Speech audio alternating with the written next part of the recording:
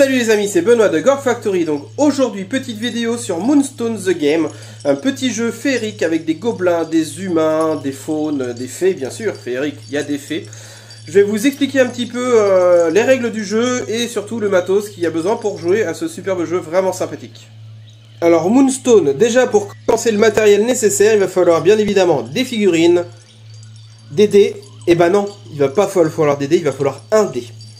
Je vous explique. Moonstone, pour jouer, il vous faut déjà une table de 90 cm de côté. 90 par 90 ou 36 pouces par 36 pouces, peu importe. Ça se tient. Il va vous falloir ensuite des figurines de la gamme Moonstone. Les règles prévoient pour 2 joueurs. Normalement, vous avez en affrontement, il vous faut 6 figurines par joueur. Si vous êtes 3 joueurs, il vous faut 4 figurines par joueur. Et si vous êtes 4 joueurs, il vous faut 3 figurines par joueur. Le jeu est prévu pour le multijoueur, c'est-à-dire qu'à la base c'est du 1 contre 1, mais vous pouvez également jouer à 3 joueurs ou jouer à 4 joueurs, et le jeu est très bien équilibré, parce que vous allez vite comprendre que le jeu est vraiment top là-dessus. L'éditeur a réussi à équilibrer le jeu directement, que ce soit du 2, 3 ou 4 joueurs, et ça c'est super. Pour constituer sa bande de figurines, c'est pas dur, vous avez des cartes, il va falloir utiliser des cartes. Il n'y a aucun système de points dans le jeu. Ce sont que des cartes qui représentent un personnage à chaque fois. Donc tout simplement, quand vous choisissez votre faction et vous sélectionnez le nombre de cartes. Donc là, on va être pour la démo, je vais utiliser juste 2 figurines, mais admettons je serai à 2 joueurs, il faudrait que je sélectionne 6 figurines. Bien entendu, comme tout jeu, si vous voulez faire un format différent, vous pouvez le faire. Personnellement, j'ai commencé le jeu avec mes enfants, dont mon fils de 6 ans, pour vous dire que le jeu est très abordable. À l'époque, et nous jouions juste avec 3 figurines chacun au départ. Alors que les règles prévoyaient à 6 figurines, mais ça se fait très bien. Après on adapte un petit peu par rapport aux objectifs, mais ça se fait très bien. Donc ensuite, en matériel, donc une table de 90 par 90, comme je le disais, avec quelques décors dessus. Il n'y a pas besoin de charger énormément de décors, mais vous pouvez le faire, ça c'est au bon vouloir de chacun. Il va falloir laisser la zone centrale de la table à peu près libre au niveau décor. Vous allez vite comprendre pourquoi. Autre matériel nécessaire, il va falloir donc des dés de 4, donc ça c'est important, des dés à 4 faces, il va vous en falloir 7 qui sont fournis dans le starter de base de Moonstone. Il va falloir un dé de 6, alors là j'en ai 2 mais un seul dé de 6 suffit. Moi j'ai un petit crayon, là c'est un confort personnel, c'est pas obligatoire mais c'est fortement conseillé quand même. Ensuite vous allez avoir un deck de cartes arcaniques avec des chiffres romains dessus. On va y venir après. Et ensuite un deck de cartes de mêlée. Ça va être des cartes pour les combats rapprochés. Ensuite, vous allez avoir besoin d'un mètre, ruban, ou d'une réglette. Dans le starter, vous avez une petite réglette de 3 pouces qui vous donne différentes mesures. 3 pouces, 2 pouces, 1 pouce. On va utiliser ici un mètre. Et vous allez avoir besoin également de petits jetons. Donc ça, c'est les jetons qui sont fournis dans le starter. C'est les jetons qui vont pouvoir représenter les points d'énergie des figurines. Vous allez avoir une carte de profil de personnage qui se retrouve recto verso. Donc là, nous allons avoir d'abord en haut le nom de la figurine, ainsi que sa caractéristique de mêlée et sa portée de mêlée, sa capacité d'arcane, ainsi que son esquive, qui va servir pour les sorts. Ensuite, ses différentes compétences.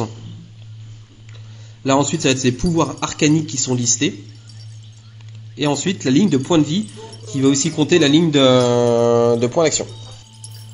Donc, comment fonctionnent les objectifs pour le placement des objectifs? Donc, j'ai pris mes 7 objectifs que j'avais placés ici sur le sidebar.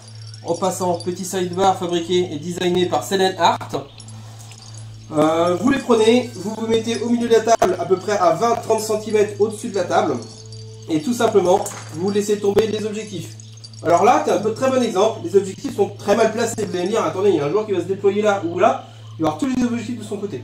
C'est un jeu à objectifs. Le but pour gagner, c'est de prendre les objectifs. Le vainqueur sera celui qui aura le plus d'objectifs à la fin du tour 4. Le jeu se joue en 4 tours. Là, on est d'accord, c'est pas équilibré. Il y a la règle qui s'appelle Mulligan. Un des joueurs peut déclarer Mulligan. Le placement des objectifs ne le fait pas. Du coup, on recommence. Tout simplement, ça permet d'avoir une chance de rééquilibrer un petit peu la table.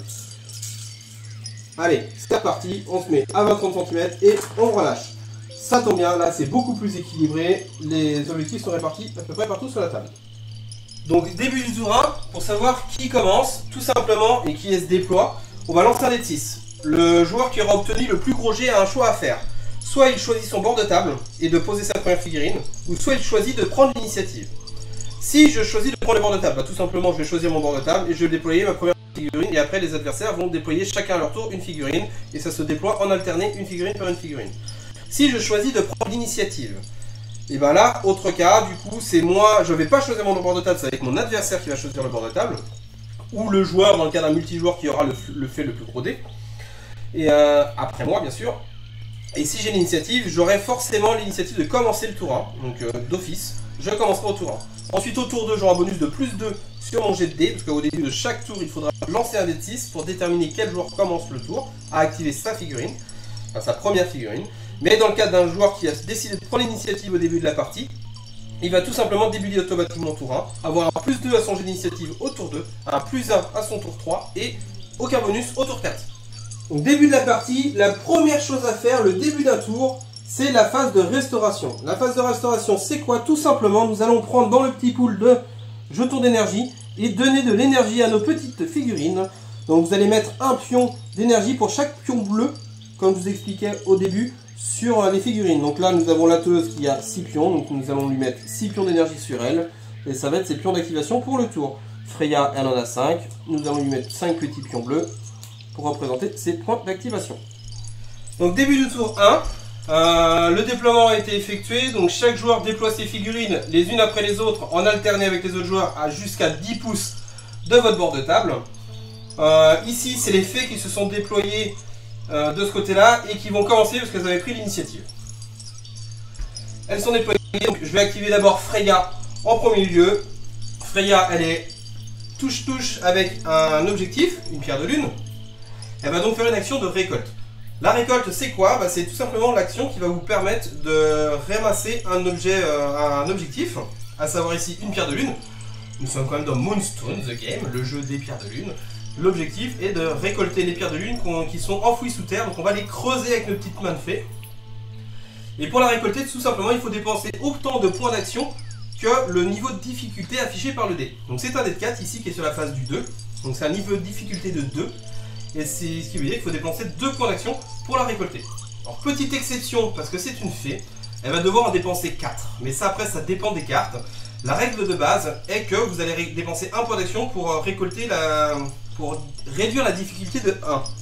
Là il y a 2 sur le dé, donc vous allez dépenser 2 points d'action et vous la récoltez directement. Admettons, elle était de 4. J'ai une figurine ordinaire qui n'a pas de règle particulière de récolte.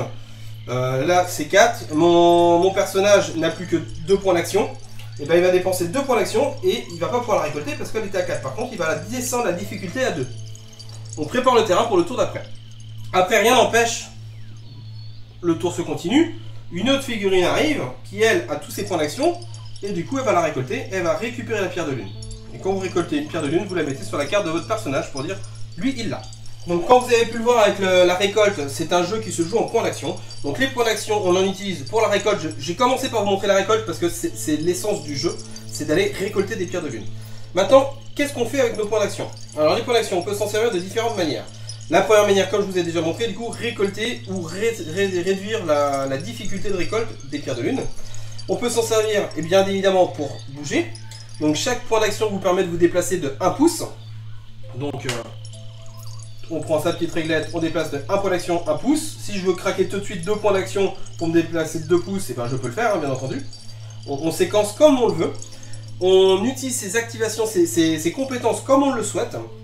Bobby Becteux, par exemple, a une compétence qui lui permet de faire un soin. Soin 2, donc sur sa carte, c'est la compétence soin à 8 pouces.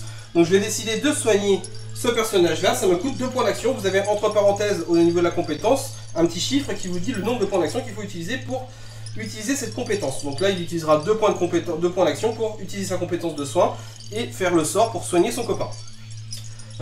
Ensuite, autre action que vous pouvez faire, c'est une action de course. L'action de course elle est gratuite. Ça c'est plutôt pas mal. L'action de course elle vous permet de bouger de 4 pouces. Ça c'est pour tout le monde. Toutes les figurines ont de base un mouvement gratuit de 4 pouces qu'ils peuvent utiliser n'importe quand.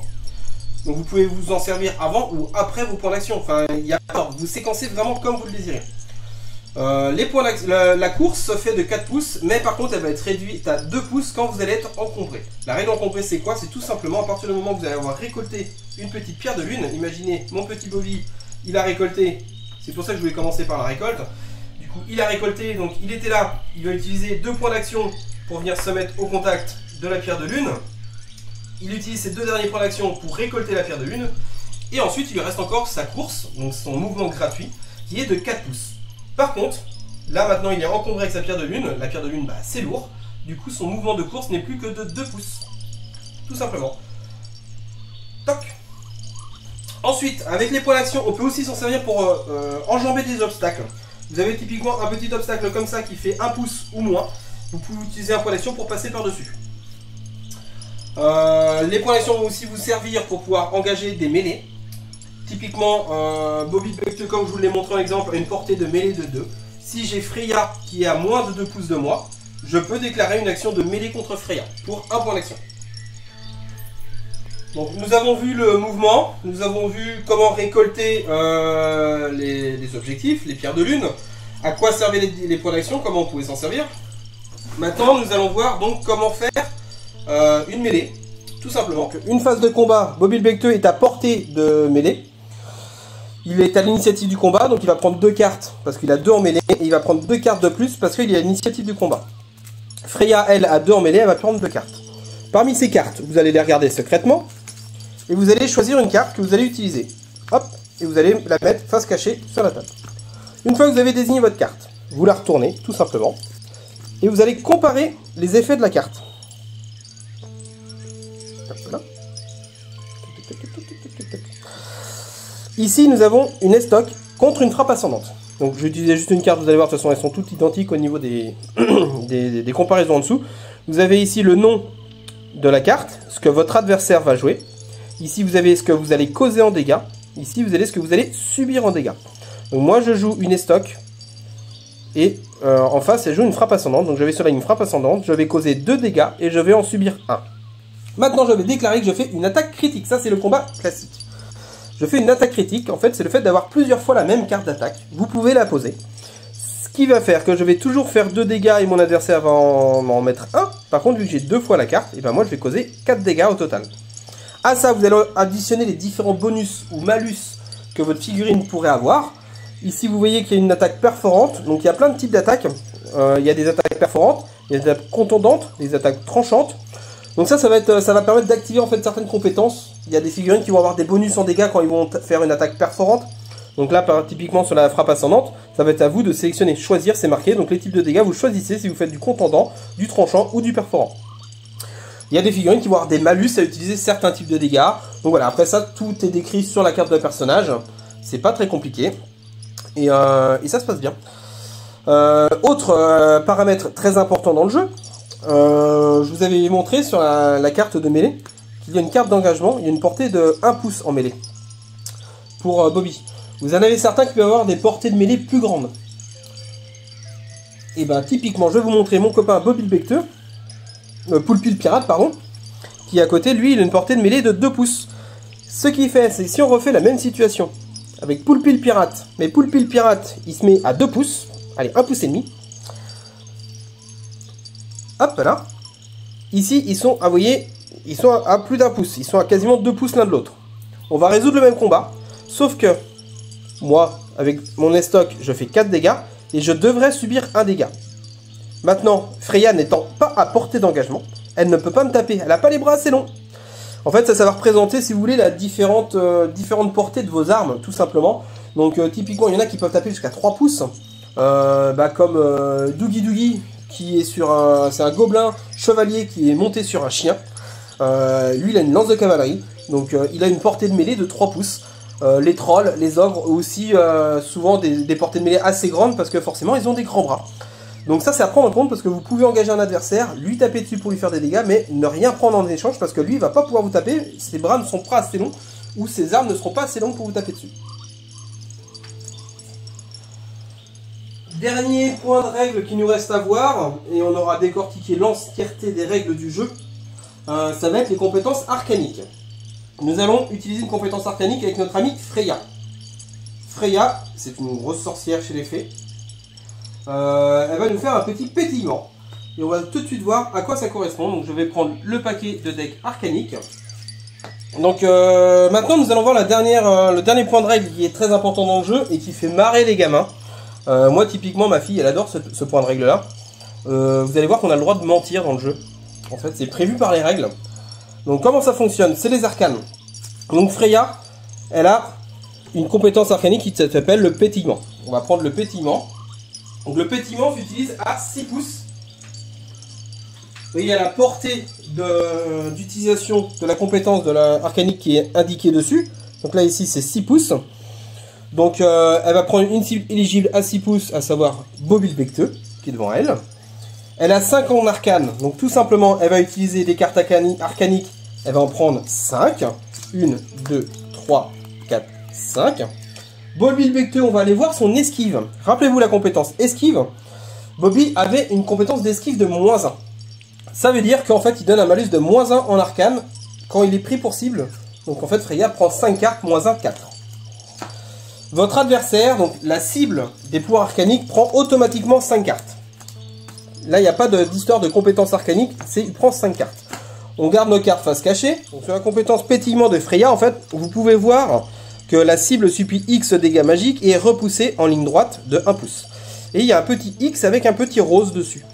Donc les cartes arcaniques, comme je vous avais montré, elles ont des chiffres romains avec différentes couleurs. Il y a du bleu, il y a du vert, il y a du rose et il y a des cartes catastrophes.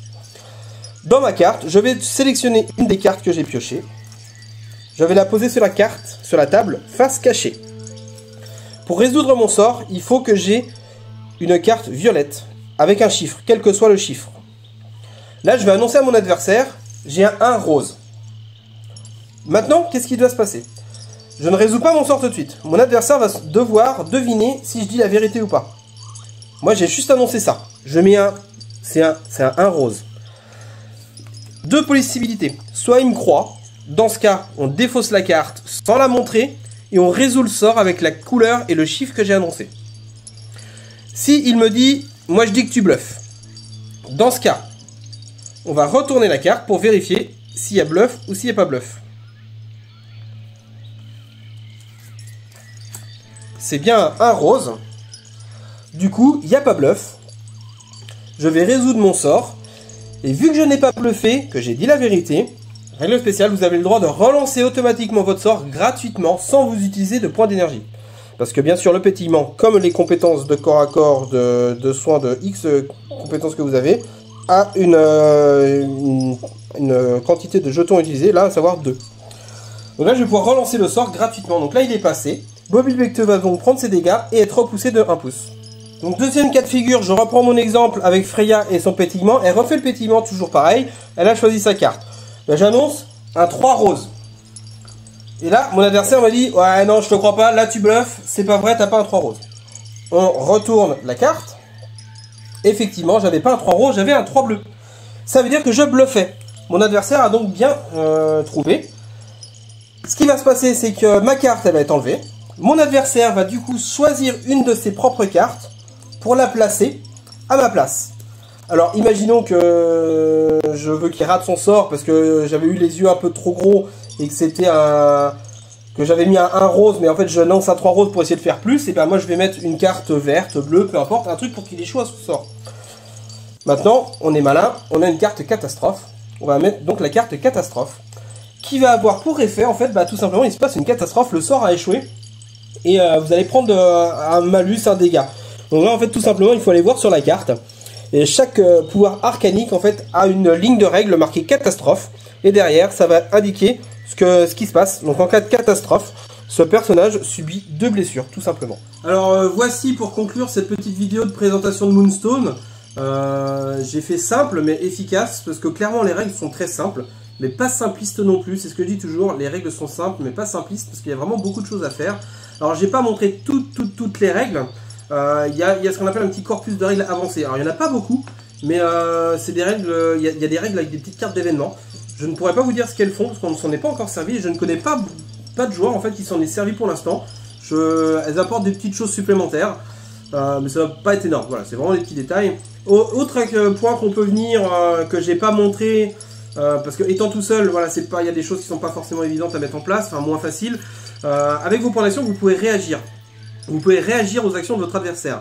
Donc typiquement, mon adversaire se déplace, ou alors tout simplement déclare qu'il va faire une action de tir, avec, il a un sniper, admettons. Il tire à 12 pouces, moi je suis à 12 pouces pile poil de lui, et ben je peux claquer un petit point d'action, s'il m'en reste, bien entendu, pour pouvoir me déplacer d'un pouce, tout simplement. C'est ce qu'on appelle une action de réaction. Vous pouvez vous déplacer en réaction à un adversaire. Alors c'est pas que lorsque l'adversaire vous tire dessus, vous prend pour cible. Hein. L'action de réaction dans les règles, c'est typiquement, vous pouvez vous la faire dès qu'une figurine adverse est activée, vous pouvez faire une action de réaction avec l'un de vos personnages. Ce qui fait que le jeu en fait est vachement immersif. Enfin, on a énormément d'interactions entre les joueurs parce que vous pouvez réagir dès qu'un adversaire va bouger. Dès qu'il va faire le moindre point d'action, vous pouvez faire une réaction et vous déplacer d'une certaine distance. À chaque fois, ça va être un pouce à chaque fois. Pour pouvoir le faire, bien entendu, il faut des points d'action. Donc vous pouvez réagir avant ou après avoir été activé. Il n'y a pas d'indication là-dessus. Ce qui veut dire que, imaginons notre amie Freya qui a 5 points d'action. Je l'active en premier, elle fait son petit pétillement. Elle utilise ses 2 points d'action, elle bouge de 4 pouces avec sa course, elle craque un petit point d'action pour bouger supplémentaire. Elle a dépensé en tout 3 points d'action à son tour. Le tour de mon adversaire, j'ai Bobby le Becteux, Poulpi le Pirate, parce que lui il a des pistolets.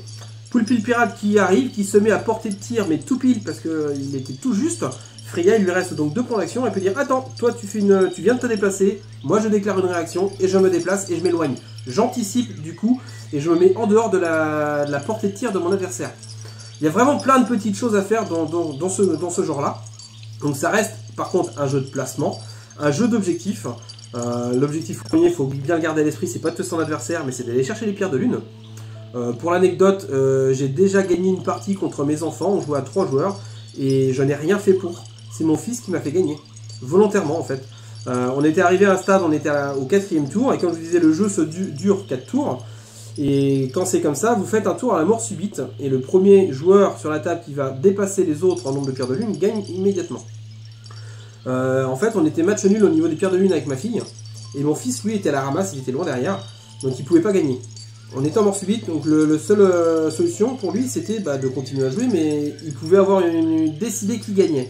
Et il a un tireur, il a décidé de tuer une figurine de ma fille qui avait très peu de points de vie, il lui restait qu'un ou 2 points de vie, quelque chose comme ça, et qui tenait une pierre de lune. Quand votre figurine décède, vous l'enlevez de la table, du coup la pierre de lune qu'elle tenait est posée par terre. Ce qui fait que son score, je vais dire une bêtise, mais admettons elle avait 3 pierres de lune, elle passe à 2. Moi j'en avais 3 également comme elle. Je me retrouve avec plus de pierres de lune qu'un adversaire, la partie s'arrête et j'ai gagné. Et j'ai même pas joué, j'ai même pas fait mon tour 5. C'est mon fils qui m'a fait gagner en faisant cette action-là. Alors c'est un exemple parmi tant d'autres, mais il y a vraiment plein de petites choses à faire sympathiques, donc les réactions sont très intéressantes. Les bottes secrètes, je vous en ai parlé, je vous les ai pas montrées. Les bottes secrètes, c'est tout simplement en fait quand vous avez une frappe ascendante, par exemple avec une figurine qui va avoir la botte secrète frappe ascendante, vous pouvez retourner la carte de votre personnage et derrière vous avez sa botte secrète qui est une carte ascendante. Une frappe ascendante, pardon. Ça va être exactement la même type de carte que la carte de mêlée, sauf qu'il va y avoir des dégâts subis et causés différents qui sont spécifiques à votre figurine. Bien souvent beaucoup plus forts que la carte d'origine. Soit sur un panel plus large de dégâts, là où vous n'en feriez pas, vous en ferez. Voilà. Et puis des fois un petit effet bonus, par exemple, je sais pas, je supprime un point d'action à mon adversaire, je le déplace parce que je le pousse, ou, voilà, j'extrapole, mais il y a énormément de petites choses comme ça qui peuvent exister grâce à ces compétences spécifiques de chaque figurine, mais ça, chaque figurine est unique là-dessus, et a sa propre botte secrète, par rapport à sa technique de combat. Il y a beaucoup de synergie au niveau de certaines figurines. Là, je vous ai montré 2 gobelins qui ne synergisent pas du tout, parce que c'est un gobelin pirate et un gobelin classique. Le Becteux, c'est un gobelin du starter, je crois, gobelin. Et l'autre, c'est un starter 3 figurines, donc les boîtes se composent souvent de 3 figurines à chaque fois. Ça tombe bien, il faut 3 figurines minimum pour jouer. Donc les pirates vont synergiser entre eux, c'est-à-dire que vous allez avoir des petites combos, des petites compétences ou des auras, alors soit des pouvoirs d'arcane ou soit des compétences que vous allez pouvoir utiliser pendant un tour, qui vont booster les amis qui ont le petit mot-clé pirate. Donc ça ne va pas fonctionner par exemple avec Bobby qui n'a pas le mot-clé pirate. Par contre, il va y avoir des compétences qui vont fonctionner sur soigner un gobelin. Là, Bobby, il peut soigner un gobelin, donc il pouvait soigner par contre Poulpi le pirate, parce que Poulpi le pirate est avant tout un gobelin. Vous avez la même chose chez les humains, vous avez la même chose chez les fées, vous avez la même chose chez les faunes. Voilà, vous avez la même chose un petit peu chez tout le monde. Je parle de différentes factions, je vais rebondir là-dessus. Pour les factions, il y a 2 grandes factions dans le jeu. C'est le Commonwealth et j'ai perdu le nom, l'autre. Il y a la lune et le soleil, tout simplement. Du côté lune, vous allez retrouver toutes les fées et vous allez retrouver les gobelins. Du côté soleil, on va dire entre guillemets le gentil, Vous allez retrouver du coup tous les humains et vous allez retrouver aussi les gnomes. Voilà, j'avais perdu le nom. Vous allez avoir d'un côté les trolls et de l'autre côté les géants. Donc les géants qui sont côté humains et gnomes et les trolls qui sont côté fées et gobelins. Donc vous pouvez mélanger comme vous le souhaitez les figurines à l'intérieur de ces deux factions.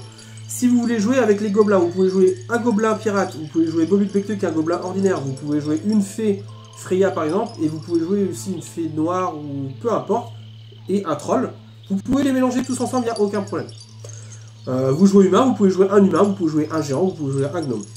Après vous avez aussi des petites sortes de mercenaires qui sont utilisables un petit peu par plusieurs factions.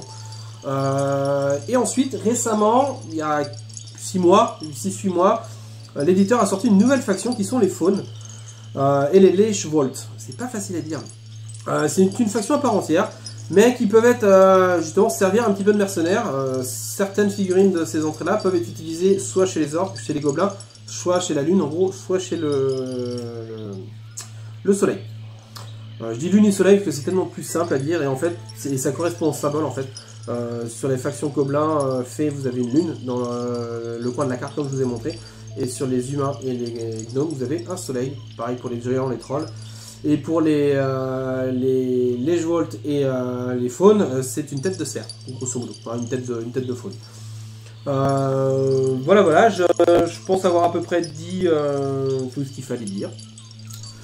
Si vous avez plus de questions sur le jeu, n'hésitez pas à me contacter soit YouTube ou par Facebook sur ma page Gord Factory sur Facebook. Il n'y a pas de souci, je suis joignable par mail gordfactory@gmail.com. J'y répondrai avec plaisir. Pour trouver les figues, c'est pas dur, vous pouvez aller voir sur le site de Moonstone The Game ou vous me contactez parce que bon, je le dis, j'aime pas trop faire ce genre de pub, mais je vais le dire parce que Moonstone, le jeu est très bien. Je suis à mon sens, à ma connaissance actuellement, le seul revendeur en France du jeu.